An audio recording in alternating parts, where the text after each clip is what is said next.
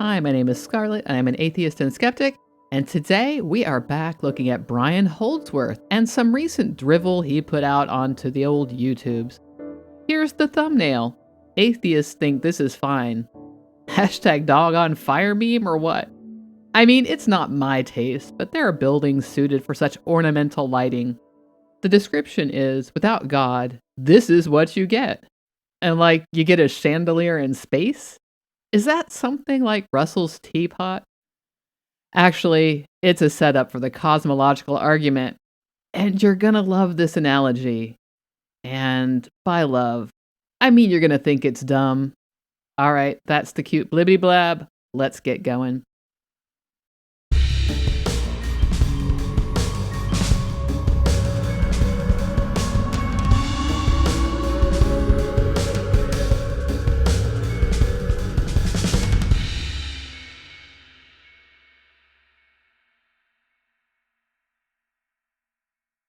If you've ever taken an interest in, especially, theistic or Christian apologetics, or been introduced to classical or medieval philosophy, then you've probably heard some arguments for the existence of God. And it's also true that some of those arguments will resonate with certain people more than others. Personally, I've always found that the moral argument and then certain versions of the ontological argument are the most convincing for me. Well, that tracks. I think both of those arguments are pretty flawed, but Brian showed his understanding of human reason recently, and, you know. But before we go on to his main point, I want to look at the books he showed in the background next to that, medieval helmet. We got ourselves some C.S. Lewis, always very popular with the Christian Catholic crowd. We have a history of the modern world, an encyclopedia of history with a rosary, Natch, who doesn't bless their books with a rosary, Plato's Republic, Dante's Divine Comedy, and a map of some Harry Potter thing. I'm not a Harry Potter fan, but I think that that's what that is. And I would love to do a whole exegesis of this vignette along with, the helmet and like what this means in these old-timey books in this sort of kitchen setup. It's kind of like one of those kitchens in an office or something like that. But we've got a lot with the analogy that Brian is going to get to in a minute, and so we're just going to leave it here, I guess is my point. So let's get back to the argument that has enthralled Brian. But I recently had what I might call like a breakthrough in my own appreciation for St. Thomas Aquinas' cosmological arguments that might just now make them my new favorites. And the reason is because I was introduced to an analogy that helped me kind of close the gaps in my own understanding of how they work and what it is that makes them so convincing. And I realized after I had this epiphany that it would be greedy of me to keep it to myself. So I thought I would share it here on my channel, starting with the analogy. So imagine you're in just a wide open space that stretches on seemingly to infinity in every direction. Oh, isn't Brian so generous to share this analogy he heard from another apologist somewhere. By the way, I was watching another video on apologists and I heard this analogy. So, sigh, this is probably going to be everywhere now. Okay, but I'm imagining a space, like an infinite space, and I'm there somehow in this infinite space. I hope there's oxygen. But like the environment that you experience here on Earth, everything that appears in this space is pulled downward by something like a gravitational force, even though there's no ground. I get that doesn't make sense, but just indulge me. It's hypothetical. I love how Brian recognizes that he is straight up making up his own physics here. But we need to indulge him. The analogy is just that good. So, like, I'm in some space and stuff falls down. Where in an infinite space is even down? Like on Earth, down is toward the center of our planet. And no matter where you are, down is in that direction, toward the center of our planet. I know we feel down is toward our feet. Stand on your hands and down is toward your hands and not toward your feet. So where is down if I drop my key? Now in space, things float away. So why doesn't this key float in some random direction? Because what is causing stuff to fall down? Let's keep going. And for the sake of those drawn towards pedantic questions, those of us who are in this space, we're supported by a platform that prevents us from falling down. We are in a static position. Oh, it's all okay now, you all. I'm not falling down. I'm on some platform. Makes perfect sense. Um, why is this platform? What is it attached to? Is the platform floating? You said I was static. Ah, we're having some fun with physics. And then we notice in this space that there is a chandelier hanging by a chain, and the chain just goes up way beyond our ability to see where it ends.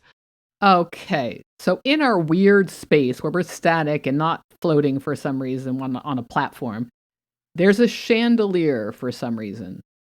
Okay, so let's add a chandelier. That looks about right. Let's compare to Brian's chandelier. This is the one he showed. Yeah, nailed it. Now, we know everything in this environment, if left unsuspended, will fall, right? Except for our platform and us, of course. We can take objects like out of our pockets, for example, and hold them out like this and just let them go, and we notice that they drop into the void. But this chandelier that we observe isn't falling.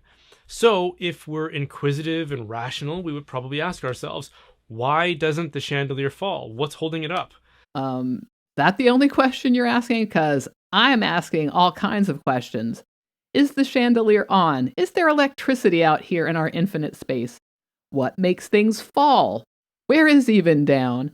Why am I on a platform static, but my house key is falling? Do I even own a house in this analogy? Can't the key fall onto the platform that holds me? Why am I in this infinite space anyway? Is there Prosecco in this analogy? Because I think I'm going to need it, and maybe that would help me understand better. And if you really wanted an explanation that accounted for the actual depths of that question, that got right to the heart of it, would you be satisfied if someone answered you by saying, well, it's attached to a chain link right above it. You can see it there. That's what's holding it up. I hope you would say no. I would certainly find that unsatisfying, because that raises the inevitable follow-up question, which is, well, what's holding that link up? And an equally unsatisfying answer would be, well, the link above it. None of those explanations really accounts for how the chandelier manages to resist falling into the void.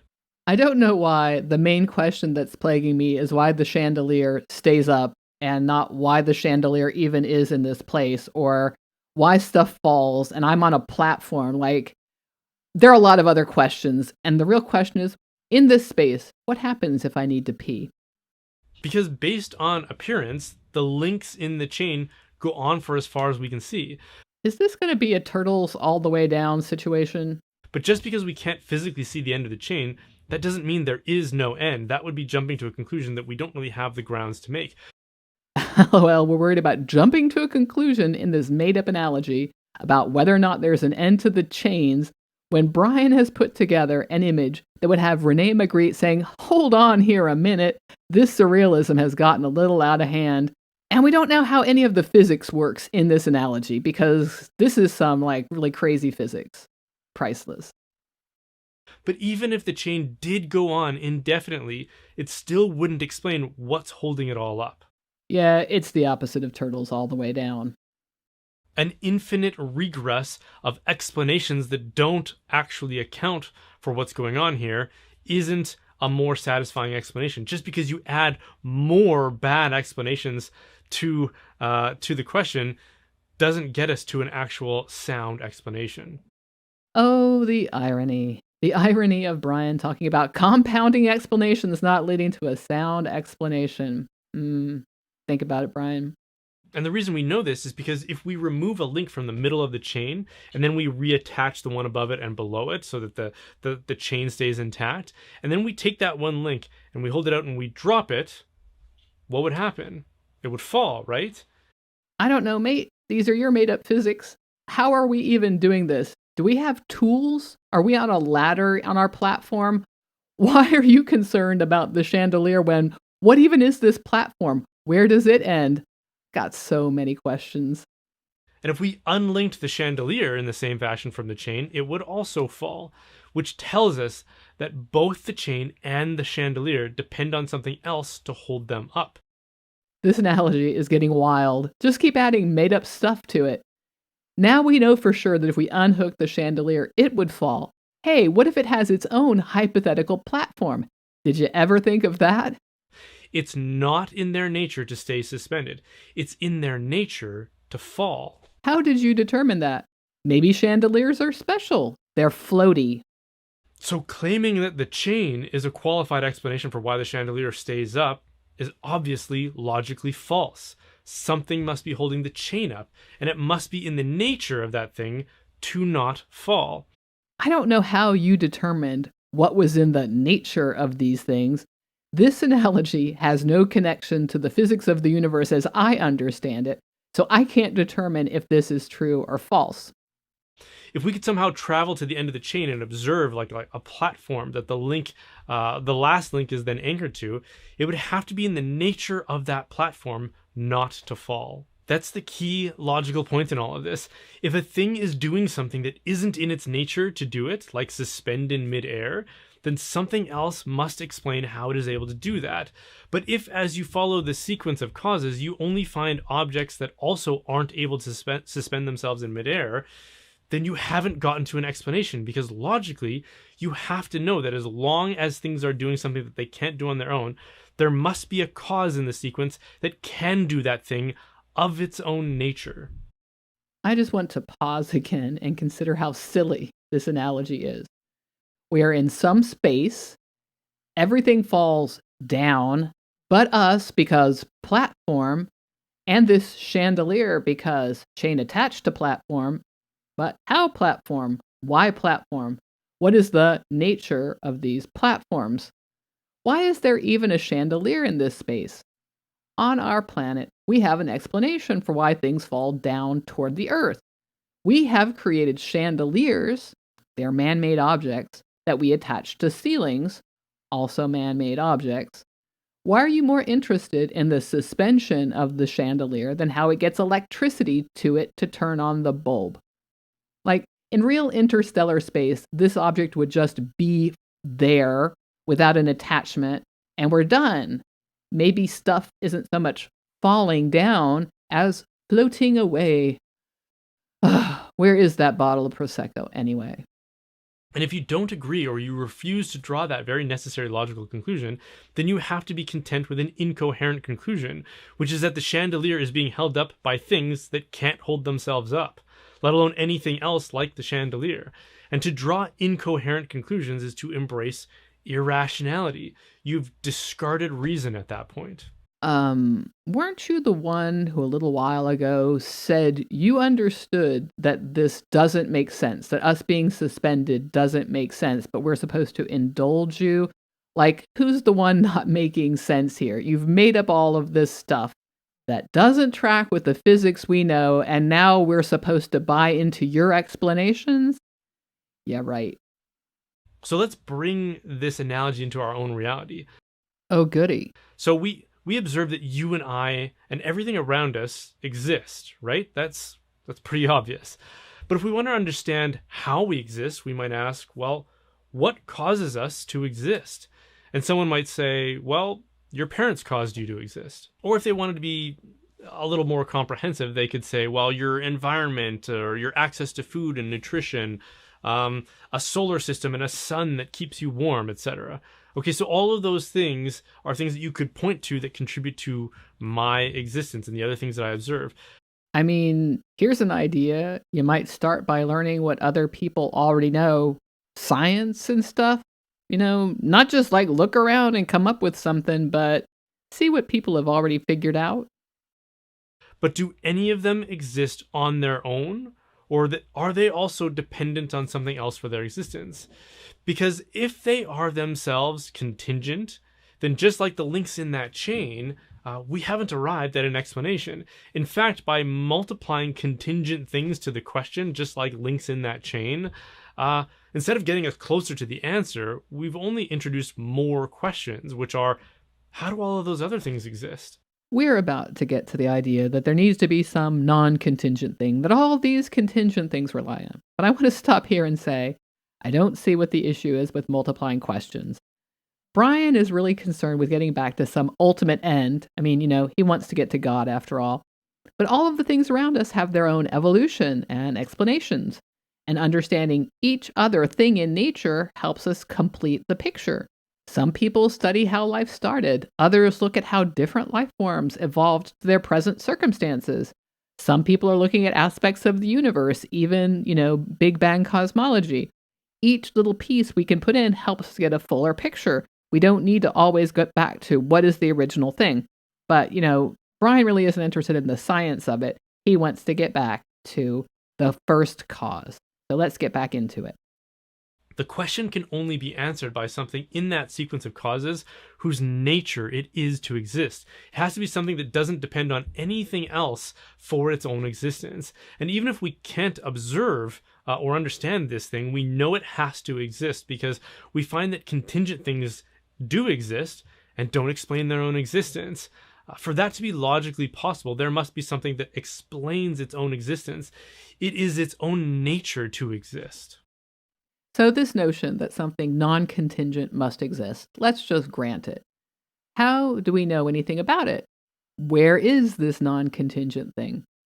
What if it's our universe in some pre-expansion form, like the universe stuff? I don't even know how to say it. And, my understanding is saying before the universe doesn't make sense because time started with the universe. So we're in a very abstract realm here. But anyway, the stuff of our universe has always existed in some way.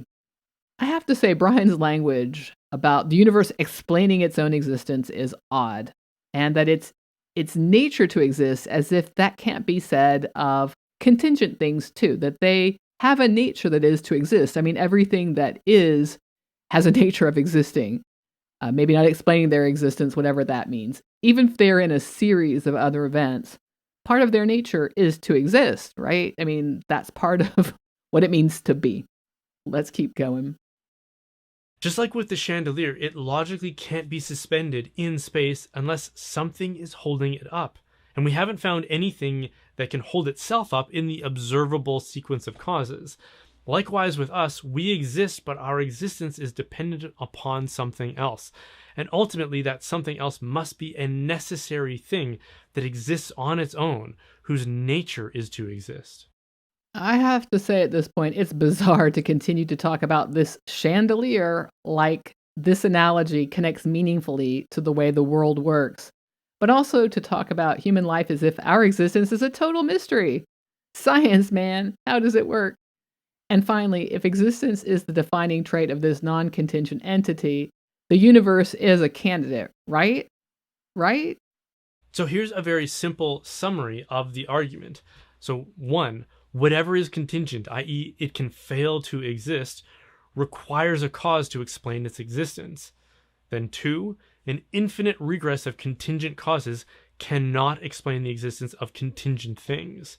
3, therefore there must be a necessary being, one whose nature is to exist, that causes and sustains all contingent things. So I don't have a problem with premise 1. Contingent things, by definition, mean that something caused them. Premise 2 may have a flaw. Like, the study of infinities is not my particular jam, but my understanding is that events could stretch infinitely in the past. I'm not the most comfortable with infinity. It feels weird. It just kind of stretches my little brain to think about it. Things stretching infinitely into the future doesn't bother me. But not having some origin point is weird, just like turtles all the way down. But my understanding is that's totally possible.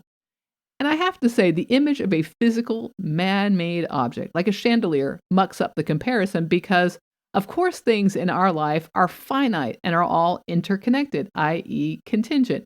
We made chandeliers. We made ceilings to put them in. We harnessed electricity so that we can have lights come on. This is all stuff that we created, and it exists in the realm that we have made it exist. But events are not physical objects. Events don't even have to have a platform or a chain to connect it. Events are just happenings, and they don't need to be supported by anything. As for premise 3, does it cause all contingent beings or just get them off to a start? And where did the sustain sneak in? I thought we were just talking about causality. And why is it a being? If you mean being in a broader sense, maybe the universe is that necessary thing. I have to say, though, I don't care for this language of necessary being. How about the thing that always existed? And that thing could be the cosmos, our pre-universe stuff, whatever that is, if it means anything. So yeah, I think that this argument is problematic. Now, even if we can't observe that necessary being, we know that because there are beings like us and everything around us that don't account for themselves, there must be something that does account for itself, for which everything that is contingent depends upon. Well, I would argue we don't know that. We need to investigate. Aristotle called this a necessary thing, and Aristotle's a pretty reliable guide on logical questions like this because he invented logic as we know it. Do we think that Brian has really studied Aristotle? Or did he just read a blog about how St. Thomas Aquinas adapted Aristotle's unmoved mover? Because that's what happened. And I don't want to get off on a whole tangent about Aristotle, but the dude wasn't right about everything. He lived a long time ago, before our current scientific methods. Don't get me wrong, he did a lot of great stuff, and like in my field, literature, we still use his poetics to this day. But you gotta be careful about the science stuff. Also, Aristotle didn't become some Greek Christian of his time or anything because of this argument. He was talking uniquely about physical matter and not about the Christian deity. So logically, we know that there must exist what Aristotle calls a necessary thing. This necessary thing isn't just a being like you or I, but being itself, the ground of all being, the platform that the seemingly infinite chain is anchored to that explains how the chandelier is suspended in midair. So, being itself, can an abstract be an agent? Can it be the Christian God? Maybe it can be the universe. Again, I don't want to get sidetracked into what Aristotle meant, but I do want to point out that ancient philosophers didn't have access to modern scientific methods and understandings of the universe. To understand how and why the universe, we need to leave the realm of philosophy and go do some experiments. And amazingly, we find absolute agreement with this rational conclusion that Aristotle draws and how the Bible describes God. Because when God is first asked by Moses who he is, he replies, "I am that I am." In other words, I am existence itself. I am being itself. This is what distinguishes Judaism and Christianity most profoundly from all other religious systems. Because, for example, in the pagan religions, the gods are all immanent beings, which means they are contingent as well, part of the world that we inhabit. So they aren't supreme beings by any stretch. But for the first time in history, as recorded in the book of Exodus, God is portrayed perfectly consistently with Aristotle's logically necessary being. I don't want to nitpick or anything, but God in the Bible is depicted as a physical being who came to earth and walked around a garden and talked to Abraham and Sarah in their tent. And he chatted with Moses before he decided to kill him before they got to the promised land, and who made a bet with the devil and screwed up Job's life. Bible God is not just pure being, but a jealous God that kills things and wants men to cut off their foreskin for some reason. The freak. Which is easy to take for granted because we've had this revelation for so long. It's kind of like the air we breathe, which you tend to not notice because you take it for granted. But if you understand that no other religion came up with that same explanation, calling it remarkable would be just dreadfully insufficient. This is hilarious. The thing Brian believes totally matches what Aristotle said, which, no, it actually doesn't. Aristotle didn't believe the things you believe. And like I said, St. Thomas Aquinas, like a lot of other medieval philosophers and theologians, was trying to harmonize ancient philosophy with the Christianity of their time. So it's no duh, it all seems to work. And, if you look at Greek creation stories, there were gods before Zeus and co. I know we tend to think of Athena and Hera and Hermes and those kinds of gods.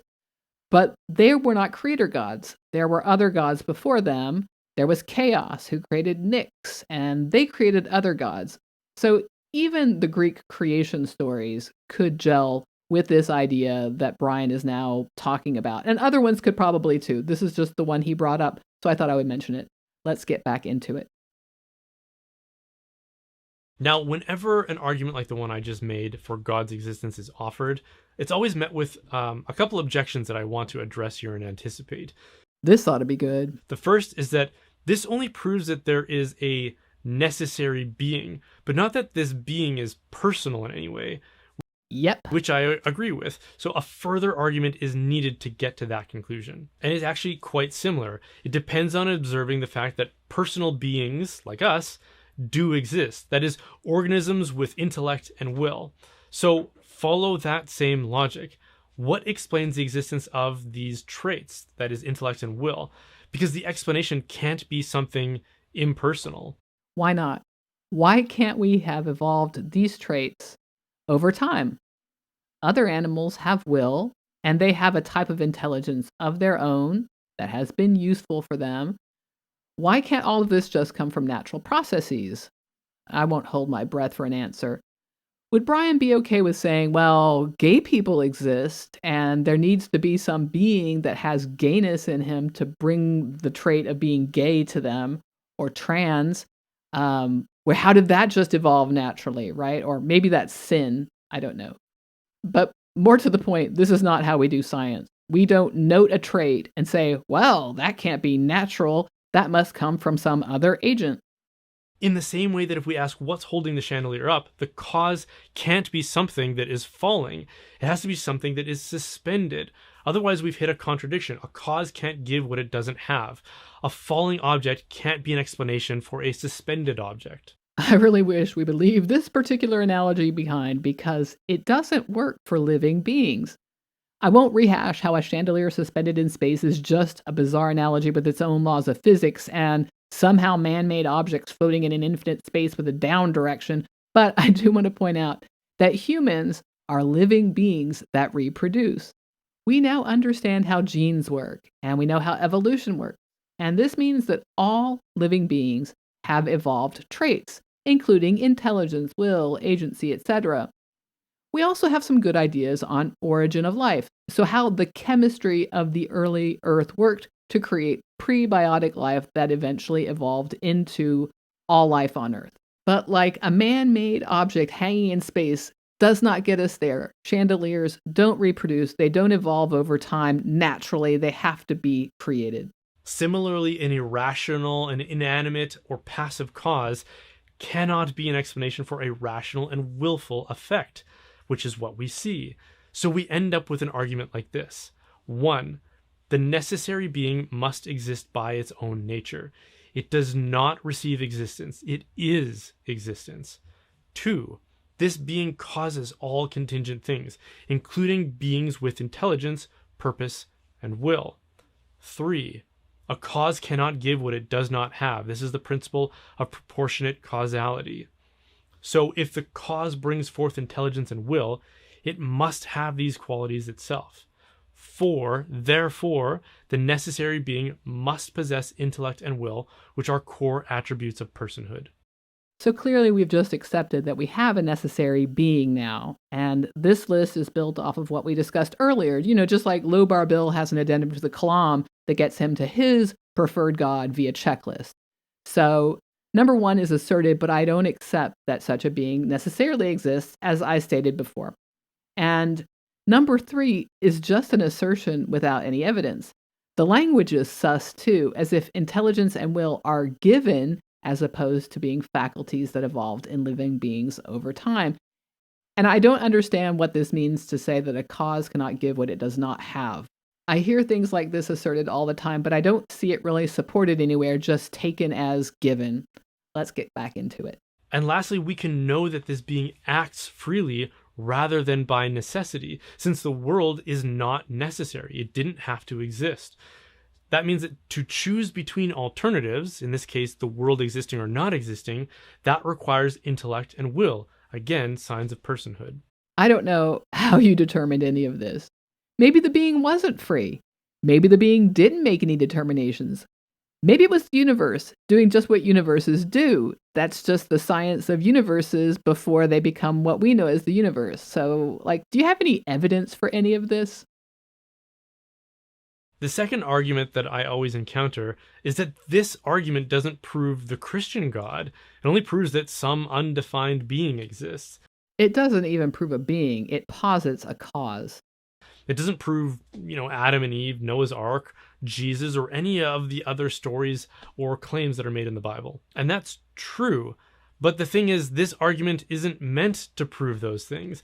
That retort is a textbook red herring fallacy, because the subject we're addressing is whether God exists, not what his character is, or what he intends with us, or what certain theological doctrines might describe.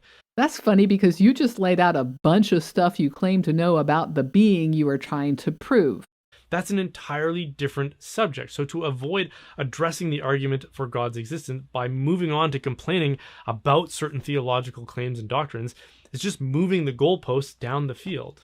I guess I see it differently, and that is, if I grant that your argument even gets to a God, which by the way I haven't, how did you determine it was your God? Because your God is not just pure being, it genocided the world and commanded genocide to its favorite people.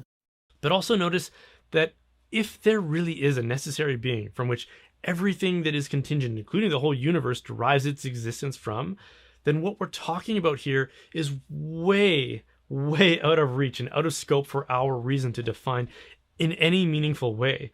So how do we know that? Because we don't even have comprehensive understanding of the things that are contingent, let alone things that aren't contingent. Then what have you been babbling about for the past, looks at timestamp, 12 and a half minutes? And now you say there's a bunch of shit we still don't know about contingent beings, much less non-contingent? Get the fuck out.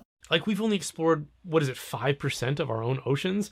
We're in no position to think we can define and understand the ground of all being.